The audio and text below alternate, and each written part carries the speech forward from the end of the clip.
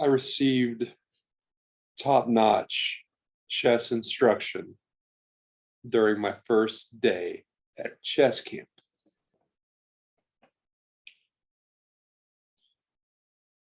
We studied 4 openings, discussed tactics, and for the first time in my 1.5-year long love affair with chess,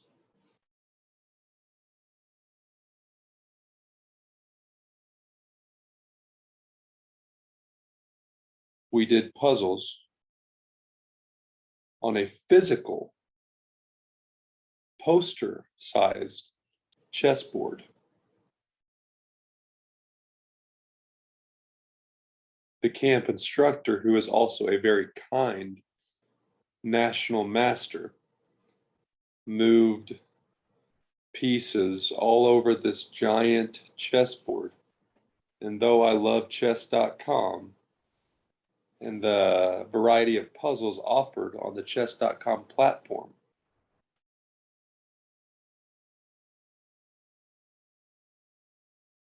today's in-person puzzles were special. The experience was collaborative, as I worked closely with my teammate slash enemy training partner. His name was Chris. Chris is about a 1700 on chess.com, which is stronger than me, but not so strong that I can't compete. And then I had 2 other chess athletes. We were just blurting out candidate moves and explaining our thought processes. Is the position a draw position? Can we win? How do we know? I like chess. I like chess so much.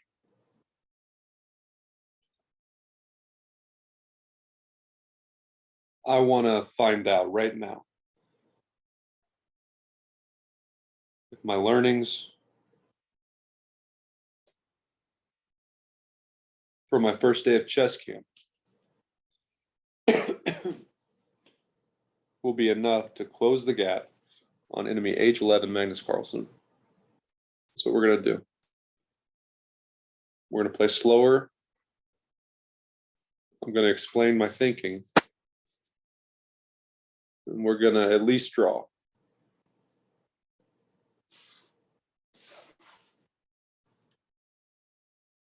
No. Share my content.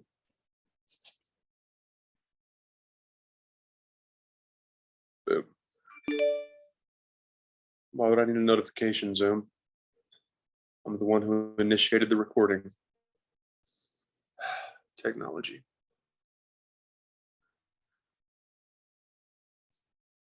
Late evening, Magnus. What is night run? I've seen Magnus discuss night run at least once on a YouTube video, but I don't really know that I remember how to play night run. Don't let him distract you. He's already trying to throw you off with distraction tactics. Okay, you know I play as white, Magnus. Stop it. I play as white. Give me the white pieces. Thank you, sir.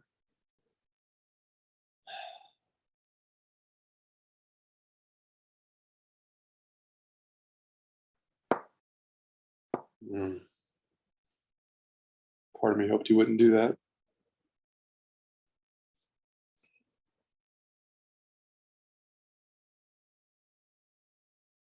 Let's try some new shit. Good.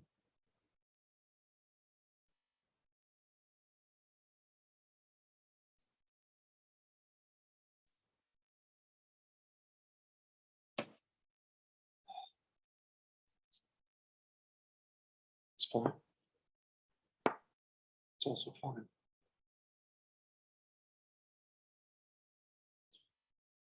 This is the exact line, the main line of the 4 lines we discussed at chess camp today. At least this is the line I've studied most in depth with my chess peers and instructor. And now my options are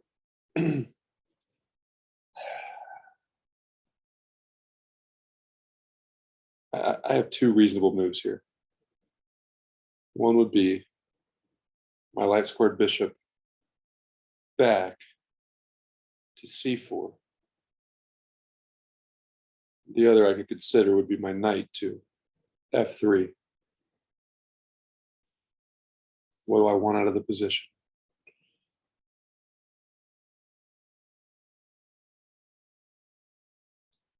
I go with my knight to g or to f3.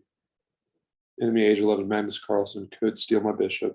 My knight would then steal back, and we're in fine position. Now, what I'm looking for in this opening, the way it's working out, is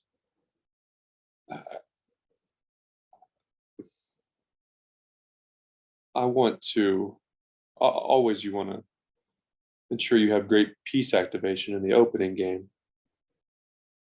But I liked this opening as white when we studied it at chess camp this afternoon, because yeah, that's a good spot for the knight. The knight is already controlling the center, but I can get a lot more pieces active than black.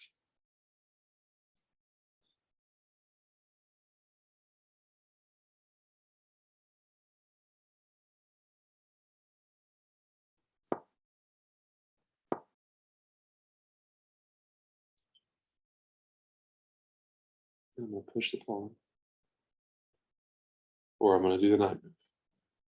If I do the knight move, don't really want to do the knight move because that's going to free up enemy horse to gallop to g4, and my queen won't be able to take. So I want your knight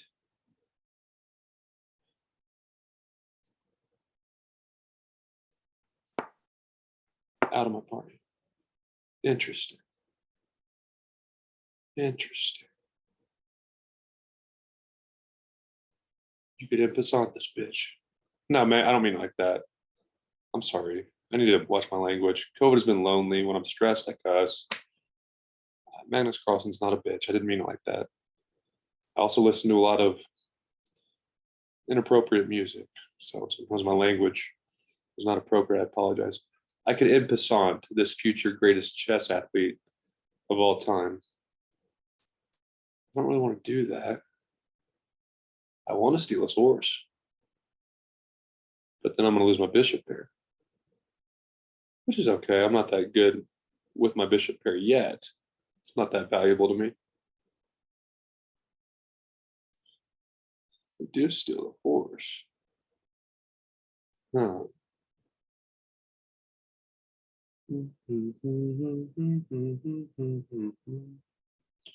Well, that's pretty simple one, actually. Right? Is that an error on his part? Because if you check him, he steals the horse, you steal, and then you steal the horse, then you're on material, right? You check with the bishop.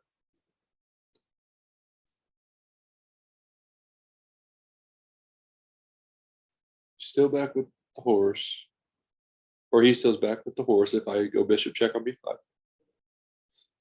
I steal back with my horse. No, then he could free his horse from danger. Okay, so that's a fine move. Why would I question Magnus Carlsen? Who am I? Who do I think I am?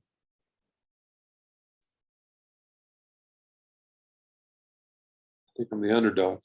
I'm about to pull off this upset. But how do I do it?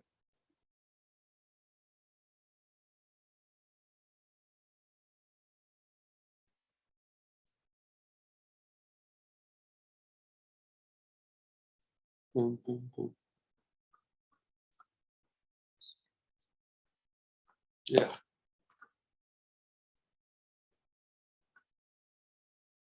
Take that. What happens?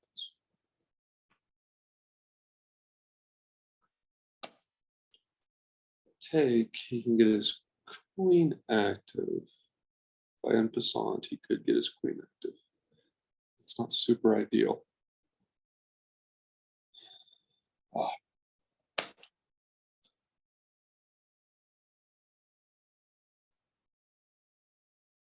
So what are your candidate moves? Bishop check, bishop retreats, take knight. You can't play passive against him.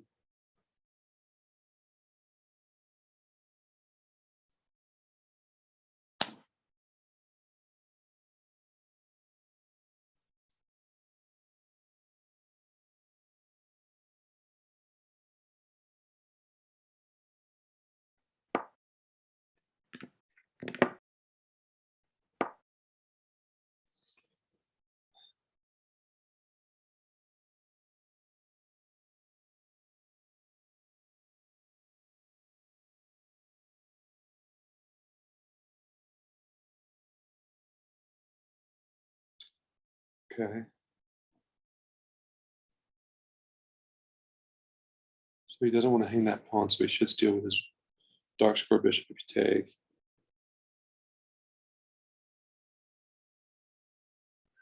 And then this opening is very even. You did not get the advantage of the opening, most likely the way this is playing out.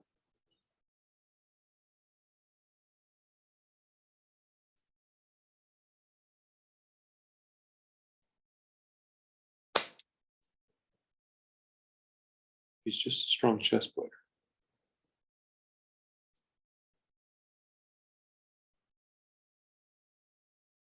Let's do this.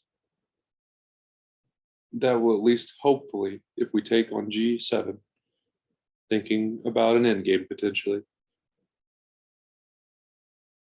he'll have an isolated H pawn.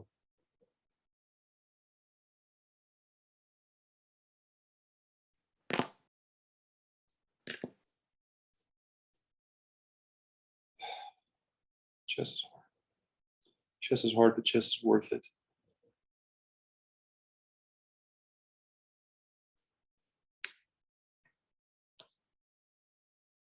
Would you be so kind as to trade me horses? Age 11 Magnus Carlsen. Damn you. Now we got problems. Because I wanted to castle short. Now it's going to be difficult.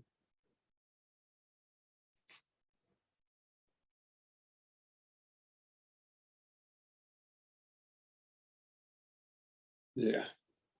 Okay.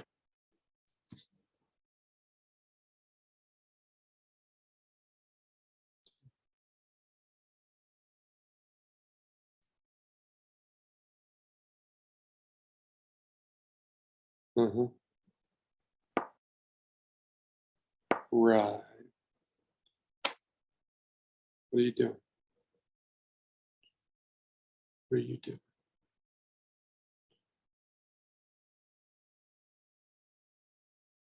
Huh. We can't let him have that. That's thrown off my plans. That's how chess works, though, I've heard. Stronger chess athletes are not going to let me do what I want to do. And now I don't know that I should peek on my bishop, which was the original plan there. Because if I do, enemy age 11 Magnus Queen can get to my F4 square. And then enemy age 11 Magnus Queen has triple pressure on my F3 horse, and I'll lose a pawn. So that's not what I want to do. But what about bishop b2? My horse goes to. That way, if the queen does come, my next move is definitely going to be knight to e2. Of course, he doesn't have to do that. He can also threaten that square from a longer range, like the tactical assassin he is, and go queen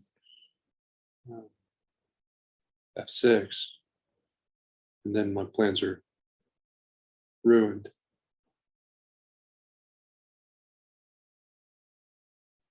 Damn you. But if he does go queen to f6, that's not what he wants to do, because then I'm going to take the pawn. That pawn will fall, put pressure on the queen, and I'll have great knight positioning. The weakness would be enemy H11 Magnus Carlsen's dark square bishop, which is being ghettoed currently on G7, would have a free shot at my A1 rook. Man, there's a lot to think about at chess, isn't there? Too much. Let's play some music.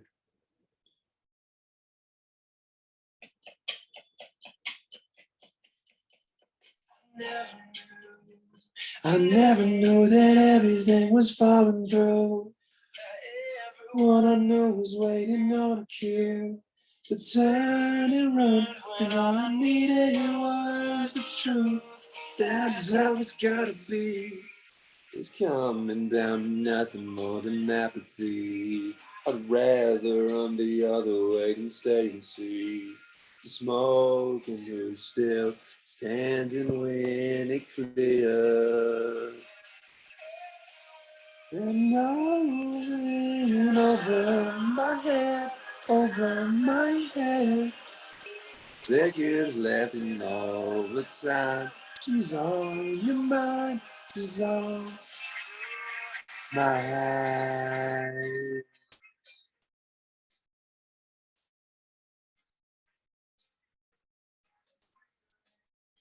I wish you were a stranger I could disengage. That you agree it would never change. Soften a bit until we all just get along. Yeah.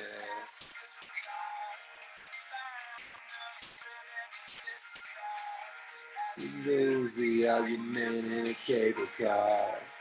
Hanging above as the chimney turns between. Everyone knows I'm in over my head, over my head. 8 seconds left in overtime. She's on your mind, she's on.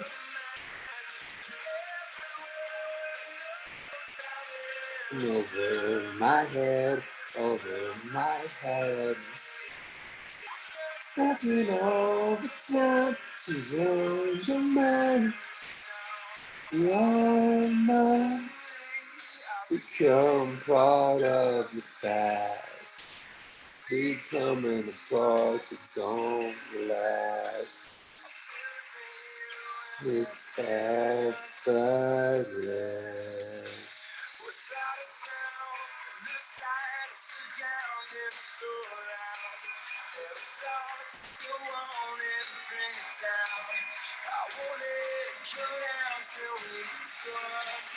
I said,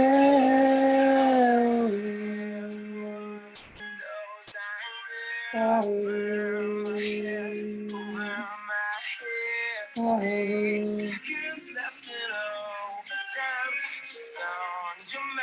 She's on your mind, yeah.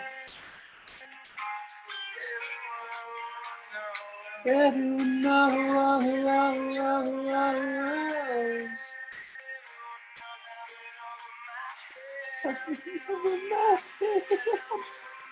Everyone knows I'm there. Way over my head.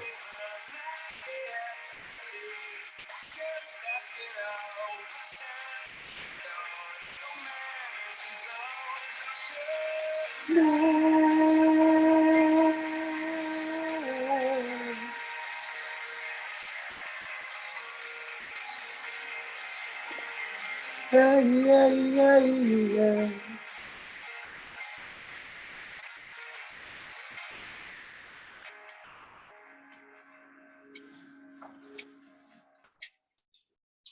I took a time out for that song.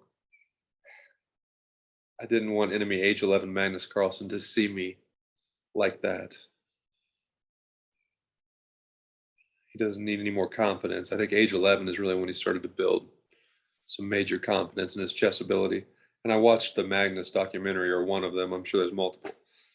And one of the interviews with his dad, um, it was kind of at the time when his dad was realizing how strong Magnus was. I think his dad started comparing Magnus at a really young age to some of the past top grandmasters at that same age.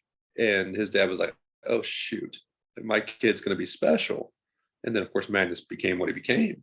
But how not funny, but how interesting would that be to be the dad of Magnus Carlsen or any great athlete of another sport?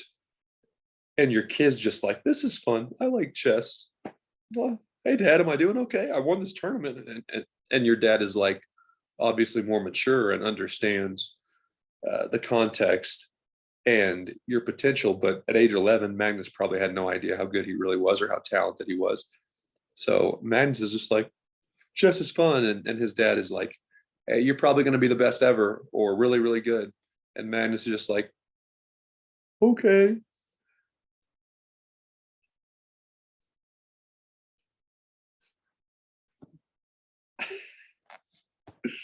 All right. Back to bed.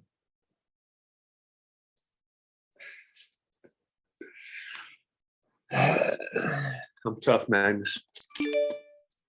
I don't have a soft spot. I don't have any weaknesses in my psychological game. You don't intimidate me. I'm back for more.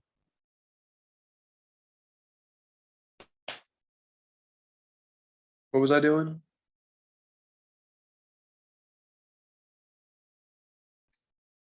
Yeah. Oh, yeah. So Magnus is not going to. My concern was Magnus's queen putting pressure, triple pressure on my f3 horse along with enemy age 11 Magnus horse and bishop, light square bishop.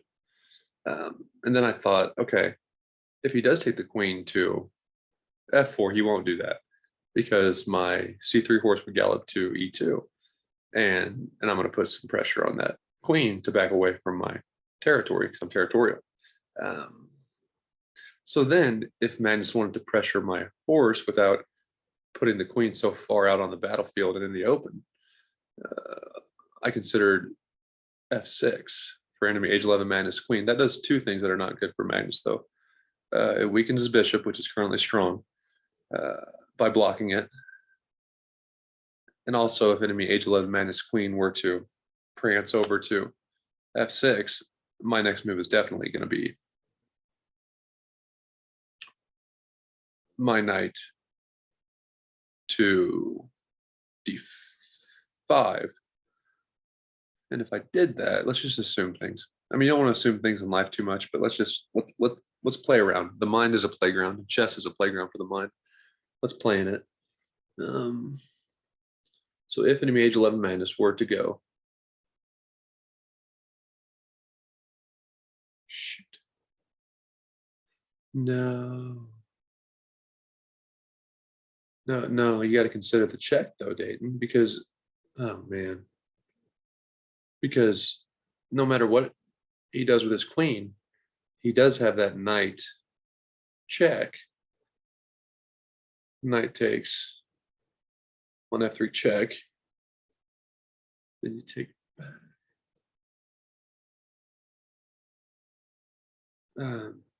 That's okay, but you do have to consider it though. I mean, that knight is more dangerous than I thought. I should have tried to get that out of there earlier.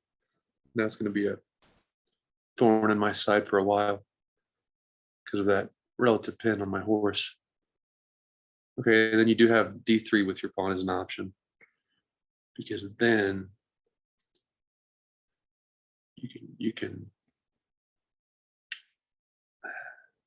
I guess I wish I were more experienced to understand exactly what Magnus wants to do with his queen right now. I mean, is he just getting it active to give him some options? Does he have a line that he sees? Is there some tactics involving the queen that he's going to throw at me? What's the purpose of his queen? That could help me plan a little bit.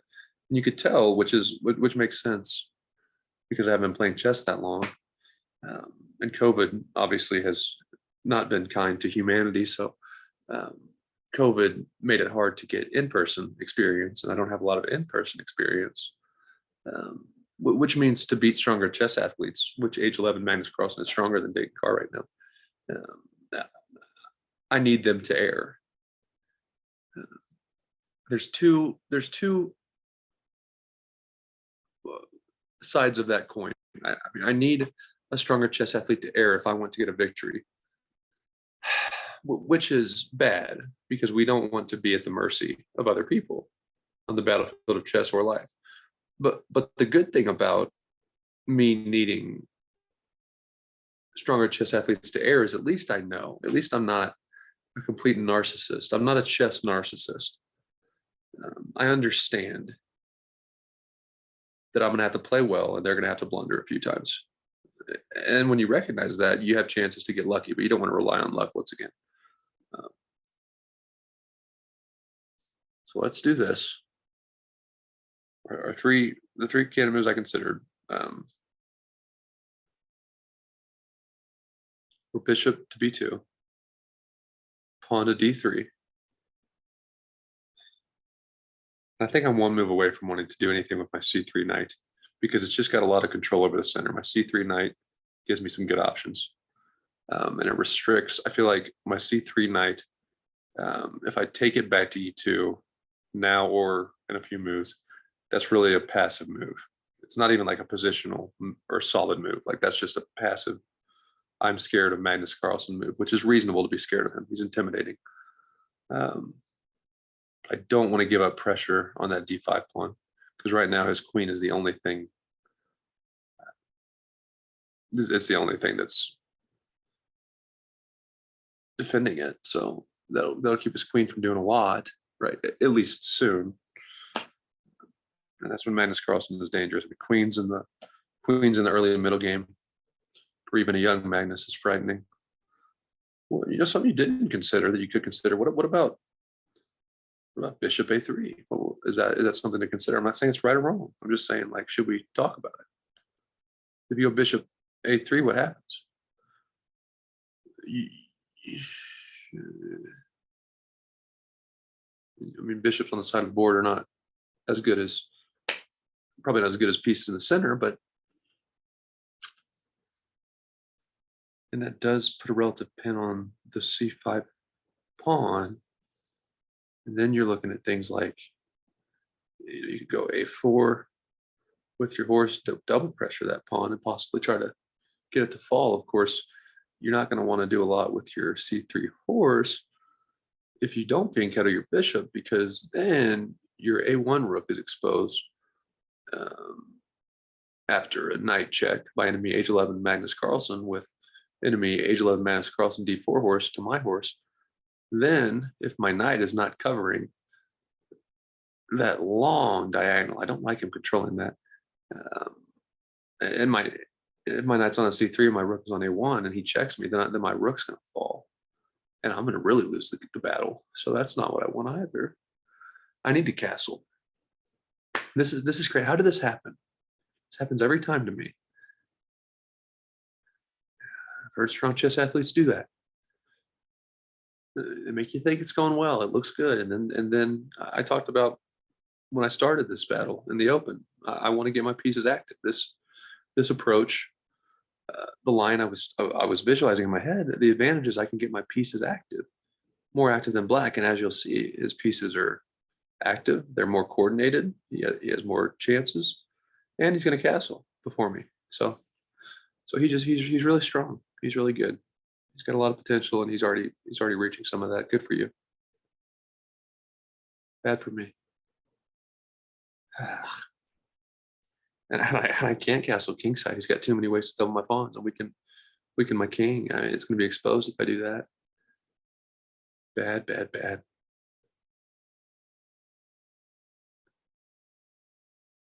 Really bad.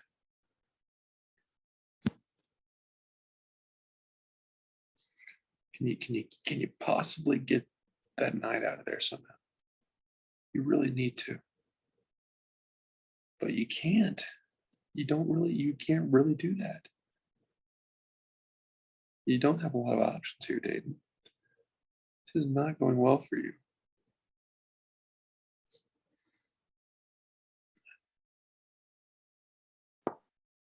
Okay. I thought that would actually bail me out a little bit. I mean, it's not going to be good. He's still winning in the open.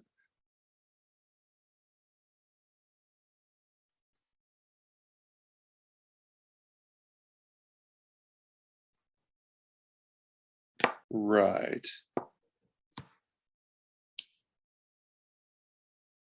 Uh-oh.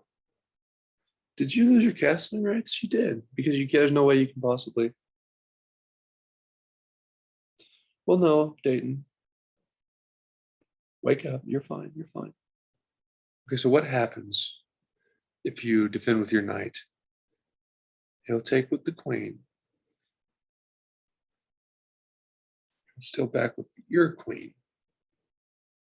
His knight could steal, but it won't do that because the bishop will be exposed. That's actually going to work out. Maybe okay. Of course, he does have you. You tricky bastard. I apologize again for calling you names.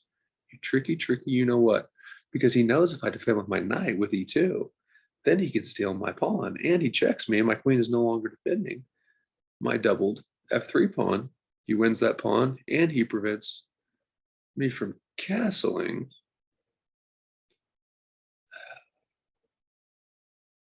And then after that knight check, my bishop, which is being kettled, which I like that. That was one of the strengths of my position. I felt like is if his bishop's going to be being kettled, at least mine is also. But then he's going to win my bishop and a pawn, and I'm not going to castle it. He's going to wreck me. God damn it!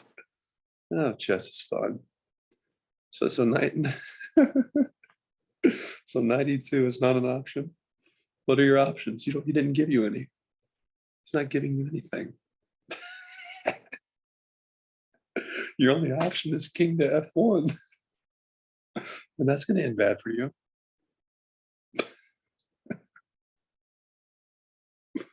Boom, boom. Gosh, he's good at chess.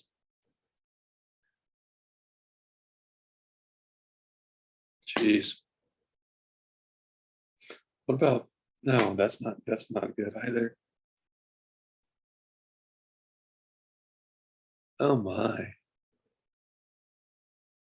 This is brutal.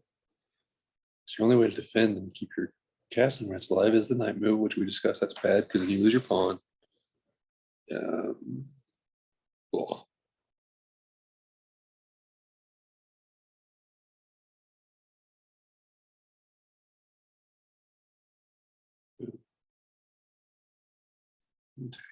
Jeez.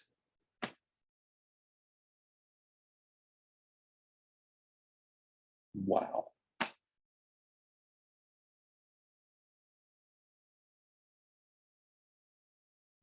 Okay.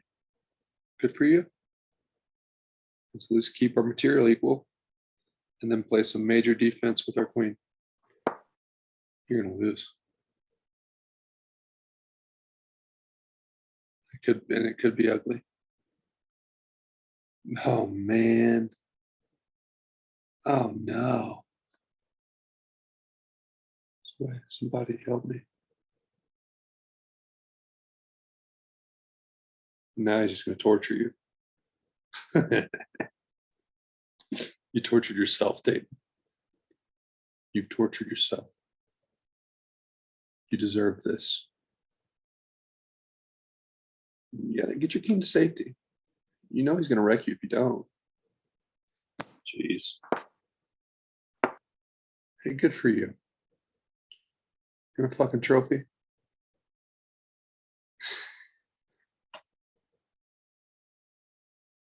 You asshole. You're an absolute monster. You're an 11-year-old demon. Oh man. Jeez. Put me out of my misery, please. Put me out of my misery.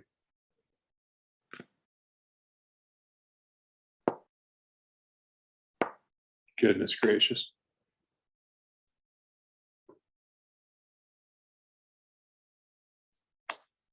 If you take that pawn, will you even survive long enough to?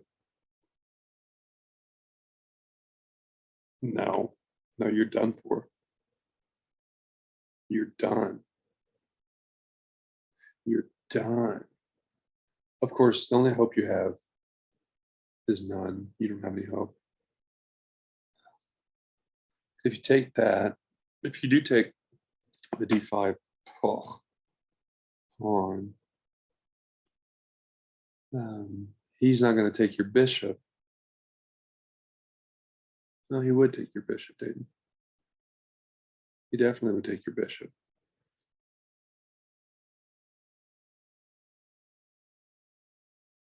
Wow. You're ruthless. You're a ruthless monster. Because now if I go there, oh, he's got too many ways. He's got too many options. Because if you go G, then he's got that relative pin. No. No, this is hard.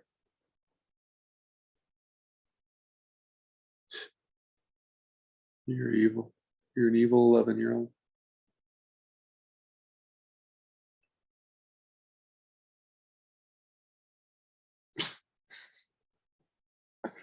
Arr.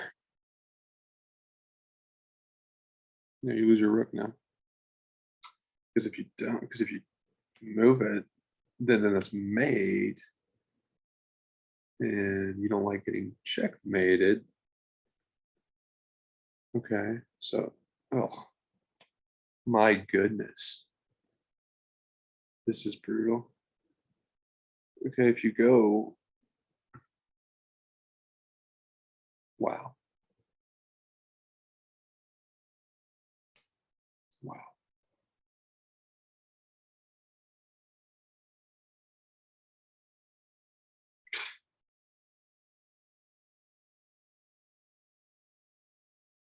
Oh my.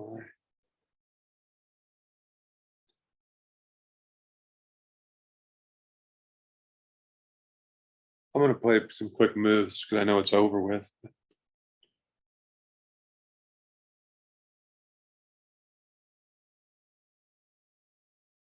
So if you go, can you even escape and ride it out longer? If you don't give him your rook and you try to find a way to preserve your rook, no, because then queen can get me on f2. My only escape option is going to be king d3 after. Then he could trade queens. He wouldn't do that. Why would he give me hope? So then after, if you hid your rook somewhere, which I mean realistically, you can't hide your rook anywhere. He's going to find you. Rook h1 even. Your pawn falls on f2. Then your only escape option would be king to f to d3. Then he can ruin your life. Just kill me. Not literally. I mean, I don't want to die. Oh well, duh. So that's why you should have done that. You should have just given him your rook. So I was anticipating to take the pawn, but now you can just mate me. And then why would you? I mean, why would you ever just ruin me materially when you could just checkmate me, right?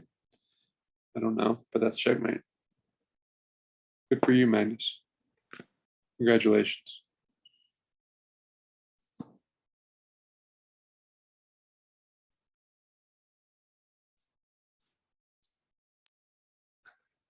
Maybe I should stream checkers. Maybe I should train behind the scenes, go to chess camps, go to chess events, start competing in more tournaments, and slowly get stronger at chess. In the meantime, I'll stream checkers to make everyone think I give up.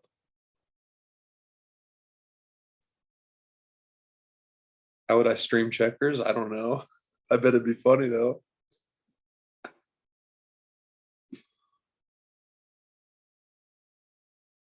Oh, look at this position on the checkers board. Hey, hey, partner.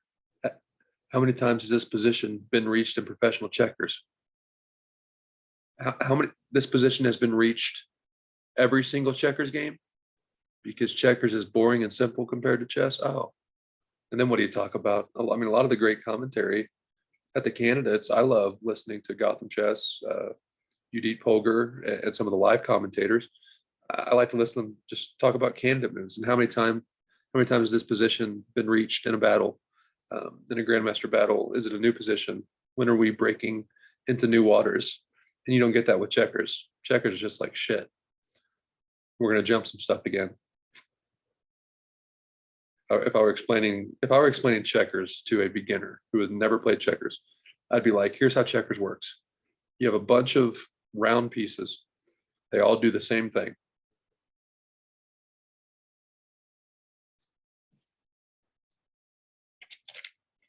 And that's all I would have to say about checkers is you have a bunch of round pieces which move in the same manner, and those pieces jump other pieces. Sometimes they double jump each other. Boring. But if you asked me to explain chess, it would take me hours. Hours of explaining the rules and storytelling. Chess is a game of history, and history requires good storytelling.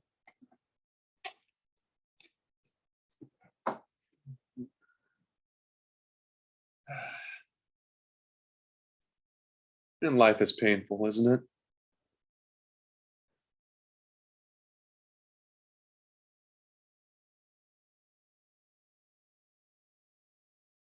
I don't know what's more painful.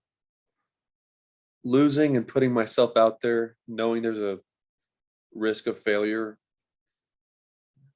In the case of the Play Magnus app, there's a strong chance of failure now that I've advanced past enemy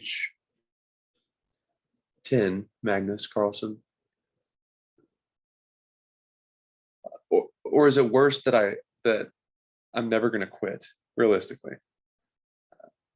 The failing is painful, but knowing that I'm going to embrace the failure until I'm a strong chess athlete, or I've taken so many emotional beatings that my heart becomes scarred. And eventually I develop psychiatric and possibly even physical weaknesses in my body due to stress and hardship. I'll be like a less talented and accomplished Bobby Fischer.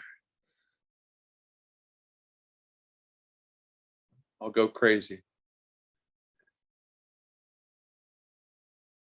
But at least Bobby got to be the best chess athlete of his time for several years before he lost his mind.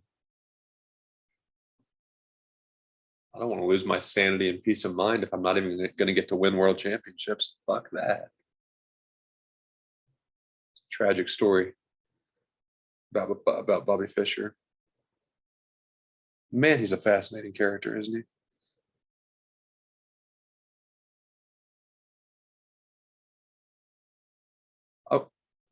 I've watched a few GMs talk about it, like who is the most talented chess athlete of all time. Not necessarily the best.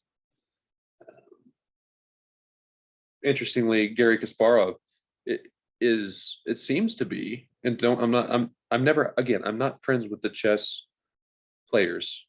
I don't know them. I fangirled Wesley So because I got lucky and saw Wesley after he won the US Chess Championship in St. Louis. Wesley would not probably recognize me, and he definitely doesn't know my name.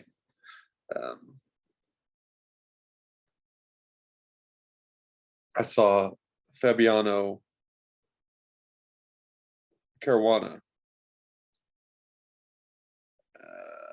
And again, I don't even think he would have saw my face enough to get a look at me. It looked like he was with someone when I was walking around after chess battles in St. Louis one night. And of course, I knew him, and I congratulated Fabiano on qualifying for the candidates tournament, and um, and it's probably interesting because they usually probably don't get treated like actors and actresses, but they are to me. I mean, that's um, like top of the respect world. Like, to me, they should have more influence than Hollywood actors and actresses. So I treat them like it. I mean, if I see a chess athlete that I know of, that's a big deal. I'm gonna fangirl. I've connected with a few professional chess players. I think I'm connected with three. There are two male professional chess athletes who make a living doing it, or at least commentating. Two male chess athletes and one female. Um, And sometimes I slide into their DMs. I'm like, hey, I love you guys. And it is contextual. And most great relationships, romantically or otherwise, the timing has to be right. I mean, I dated a few girls in college, one who I really liked, and of course you never really know. Girls are full of shit at that age. So am I. But she was like, dating the timing just isn't right, which is really code for I want to go have fun and hope that you're available later. But that's another topic. But we liked each other and we got along well. We both like sports. We're athletic. Um, and she was going to study abroad and have fun, and I was going to get on mental health bipolar medication. um, so we were going to two separate places in life at that time. It just wasn't the right time in our lives, and but for me in chess, it's the right time.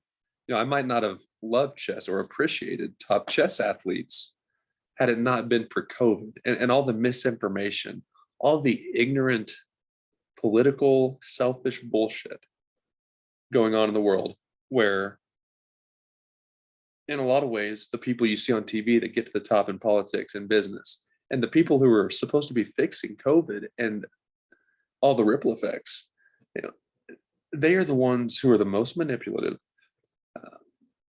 the most cruel,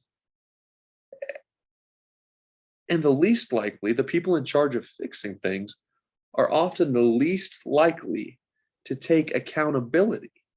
That's not good. I don't trust you. I don't think you're capable.